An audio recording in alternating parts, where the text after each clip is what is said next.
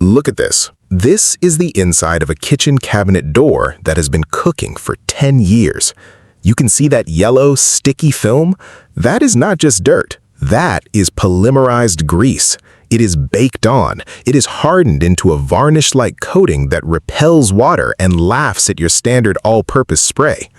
Most people look at this and think they need to sand it down or buy a $50 industrial degreaser. They are wrong. I am going to show you how to remove this with 2 ingredients you already have in your house. The total cost for this entire job is less than $2. And I am not talking about scrubbing until your knuckles bleed. I am talking about chemistry doing the work for you. By the end of this video, you will know exactly why your current cleaning routine is failing on wood cabinets, and you will have a method that restores the finish without stripping the stain. Let's get to work. Let's be honest about what we're dealing with here. Kitchen cabinets are the hardest working surfaces in your home. They are not like your bathroom mirror or your living room coffee table. They exist in a hostile environment. Every time you boil pasta, fry bacon, or saute onions, microscopic droplets of oil and steam escape into the air. This is called aerosolized grease. It floats up, it cools down, and it lands on every vertical surface in your kitchen. Specifically, it lands on the upper cabinets. Over time, this layer builds up. At first, it is just a slight tackiness. You might notice it when you reach for a plate and your fingers stick slightly. Most people ignore this. They wipe it with a damp cloth once a month, but water does not dissolve oil. You're just spreading it around. You are moving the grease from one spot to another, leaving a streaky mess that dries even stickier than before. As months turn into years, that thin layer of oil undergoes a chemical change. It oxidizes. It reacts with oxygen in the air and hardens. This process is called polymerization. Think of it like paint drying, but instead of forming a nice smooth coat, it forms a rough, yellowed, gummy residue. This is what we call sticky grease. It is no longer liquid oil. It is a semi-solid adhesive. Now here is where most people make their first mistake. They grab the bottle of blue all-purpose cleaner under the sink. They spray it on, they wipe it with a paper towel. Nothing happens. Or worse, it gets smearier. Why? Because those standard cleaners are designed for light dust and fresh spills. They are mostly water with a tiny bit of surfactant. They do not have the chemical strength to break the bonds of polymerized grease. So you scrub harder. You use more product. You waste 20 minutes and 3 paper towels, and the cabinet still looks cloudy and feels tacky. Then comes the second mistake. People panic. They think the finish is ruined. They start looking at heavy-duty options. They buy oven cleaner. Now, let me stop you right there. Do not put oven cleaner on your wood cabinets. Oven cleaner is usually lye-based. It is highly alkaline. It will strip the polyurethane or lacquer finish right off the wood. It will turn your beautiful oak or maple cabinets blotchy and white. I have seen homeowners cry over this. I have had to refinish entire kitchens because someone tried to nuke the grease with caustic soda. It's overkill and it's dangerous. Another common error is using straight vinegar. You've probably heard this tip 1,000 times. Just use vinegar. Vinegar is acidic. It's great for removing mineral deposits like hard water spots on your faucet or soap scum in the shower. But grease is not a mineral. Grease is non-polar. Acid does not count grease. In fact, if you mix vinegar with certain types of soap residue, you can create a curdled mess that is even harder to clean. Vinegar has its place, but it is not the hero for sticky cabinet grease. So, you're stuck. Your cabinets are gross, your standard cleaners are useless, the heavy-duty chemicals are too risky, and you're tired of feeling like your kitchen is permanently dirty no matter how much you wipe it. This is not a you problem. This is a chemistry problem. You have been using the wrong tool for the job. You have been trying to wash away paint with water.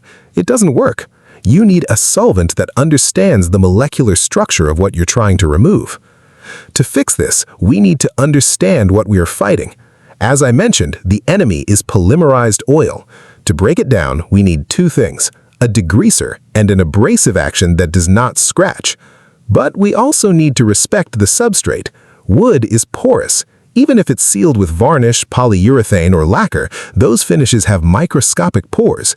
If you use a harsh solvent, it can seep into those pores, cloud the finish, or lift the color. The solution lies in emulsification. We need to turn that solid, sticky grease back into a liquid state so it can be wiped away. We do this by lowering the surface tension of the grease. We need a molecule that has one end that loves water and one end that loves oil. This is what soap does. But regular dish soap is often too mild for 10-year-old buildup. We need something stronger, but still safe for finished wood. This brings us to the star of our show, ammonia. Wait, don't click away. I know ammonia has a bad reputation. People think of it as that harsh smell that makes your eyes water. And yes, pure industrial ammonia is tough. But we are not using pure ammonia. We're using household clear ammonia, which is typically a 5 to 10% solution. It's cheap, it's effective, and most importantly, it evaporates completely. It leaves no residue. Why ammonia? Ammonia is a base. It is alkaline. Grease and oils are fatty acids. When you mix a base with an acid, you get a reaction called saponification. Essentially, you are turning the grease into soap. This breaks the bond between the grease and the wood finish. It lifts the polymerized layer off the surface without eating into the wood itself.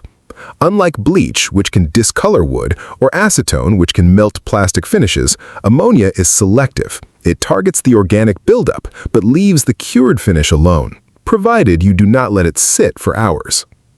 But ammonia alone is not enough. If you just spray ammonia on vertical surfaces, it runs off before it can work. We need a carrier. We need something to hold the ammonia against the grease long enough for the chemical reaction to happen. This is where warm water comes in. Heat accelerates chemical reactions. Warm water helps soften the grease, making it more pliable. It also helps the ammonia penetrate the sticky layer. However, there is a catch.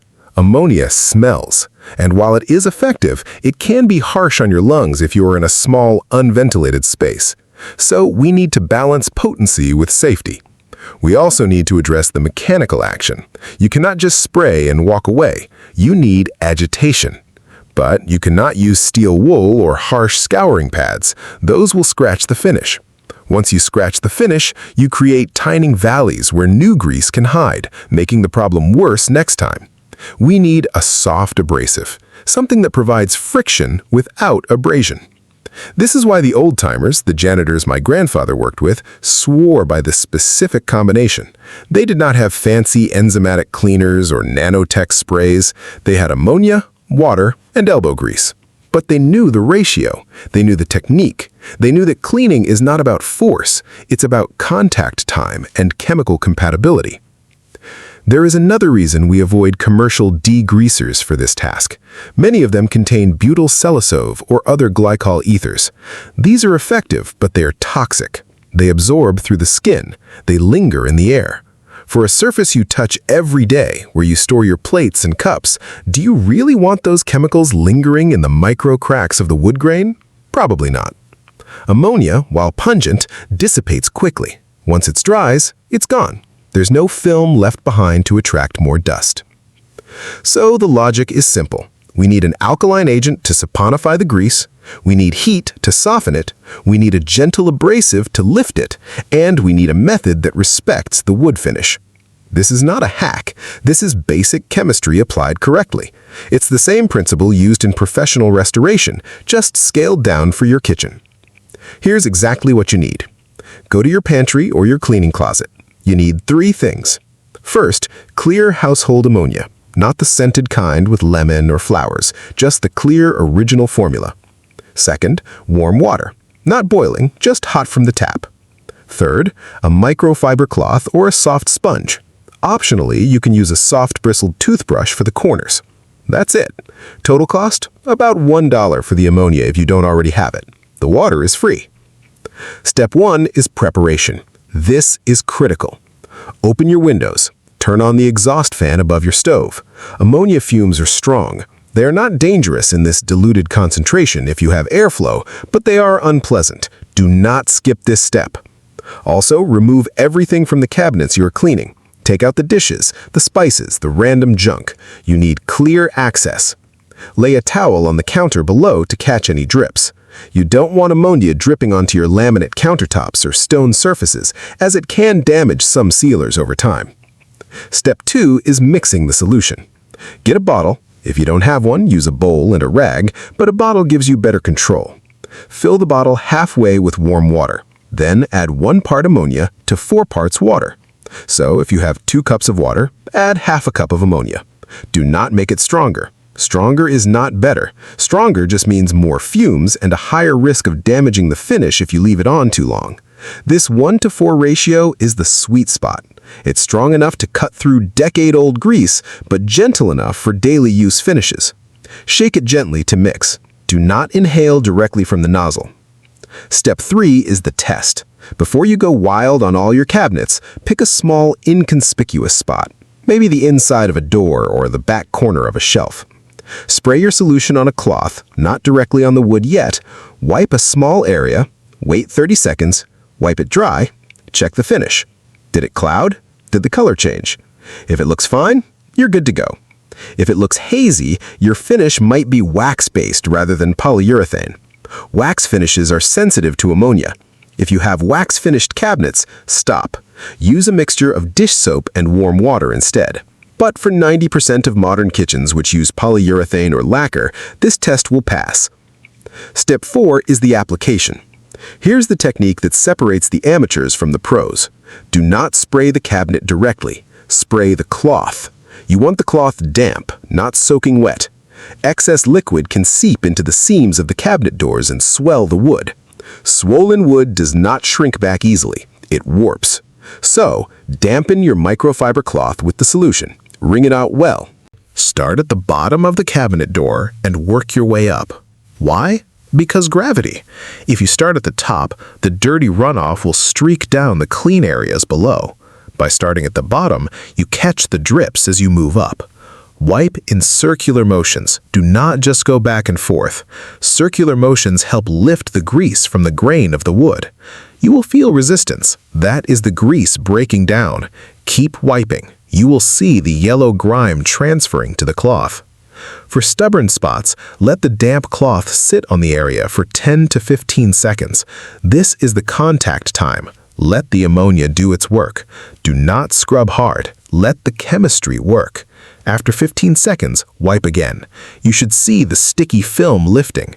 If it is still stuck, re-wet the cloth and repeat. Do not use excessive force. If you have to scrub hard, your solution is too weak or you need more contact time. For the corners and the crevices around the handles, use that soft bristled toothbrush.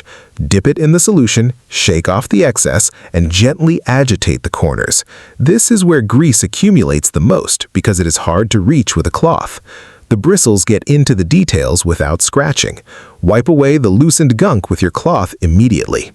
Step 5 is the rinse. This is the step most people skip, and it is why their cabinets stay sticky. Ammonia cuts the grease, but it leaves behind a residue of dissolved oil and ammonia salts. If you do not remove this, it will attract dust and become sticky again within a week. You must rinse.